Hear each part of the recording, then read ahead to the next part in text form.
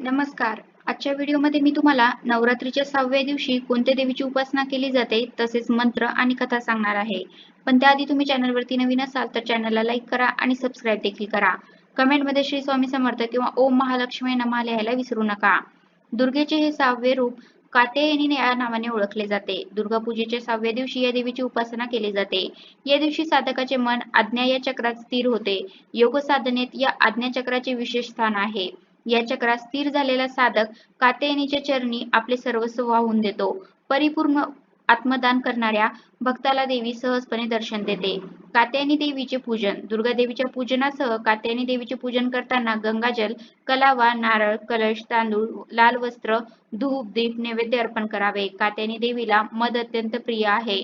त्यामुळे देवीच्या पूजनात तसेच नैवेद्यात मधाचा आवर्जून समावेश करावा असे सांगितले जाते. तसेच देवीला मालपुआचा नैवेद्यही प्रिय असल्याचे म्हटले जाते. कात्यायनी देवीचा मंत्र. कंचनामावराभय पद्मधरा मुकुटज्वला स्मेरमुखी शिवपत्नी कात्यायनी नमोस्तुते. दुर्गेचे नाव कात्यायनी कसे पडले यामागे एक कथा आहे. कत नावाचे एक प्रसिद्ध महर्षी होते. त्यांना कात्य नावाचा पुत्र झाला. या कात्याच्या गोत्रात प्रसिद्ध महर्षी कात्यायनाचा जन्म झाला. त्यांनी अनेक वर्ष भगवतीची कठोर तपस्या केली. भगवतीने त्यांच्या घरी जन्म घ्यावा अशी त्यांची इच्छा होती.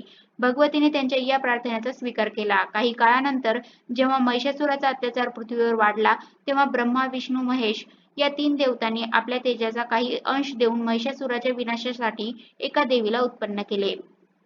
महर्षी कात्यायनाने या देवीची सर्वप्रथम पूजा केली म्हणून या देवीला कात्यायनी देवी असे नाव पडले. आश्विन कृष्ण चतुर्थीच्या दिवशी या देवीने महर्षी कात्यायनाच्या घरी जन्म घेतला होता.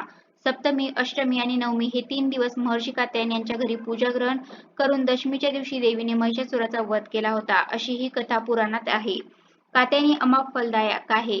कलिंदीच्या यमुना किनारी भगवान कृष्णाला पतिरूपात प्राप्त करण्यासाठी ब्रजगोपींनी या देवीची पूजा केली होती. ही देवी ब्रजमंडळाच्या अधिष्ठात्रीच्या रूपात प्रतिष्ठित आहे. कात्यायनीचे रूप अत्यंत तेजपुंज आहे. तिला 4 भुजा आहेत. देवीचा उजव्या बाजूकडील वरच्या हातात अभय मुद्रा आणि खालच्या हातात वरमुद्रा आहे. डावीकडील वरच्या हातात तलवार आणि खालच्या हातात कमळाचे फूल आहे. तिचे वाहन सिंह आहे. कात्यायनीच्या उपासनेने मनुष्याला अर्थ, धर्म, काम आणि मोक्ष या 4 फळाची सहजतेने प्राप्ती होते. तो इहलोकात राहूनही त्याला अलौकिक तेज आणि प्रभाव प्राप्त होतो. जो व्यक्ती मातेची मनापासून पूजा करतो तो रोग, भय, दुःख आणि संतापापासून मुक्त होतो. 7 जन्माचे पाप नष्ट करण्यासाठी मातेला शरण येऊन तिची उपासना करणे आवश्यक आहे. कसा वाटला तुम्हाला माझा आजचा व्हिडिओ कमेंट करून नक्की सांगा. धन्यवाद.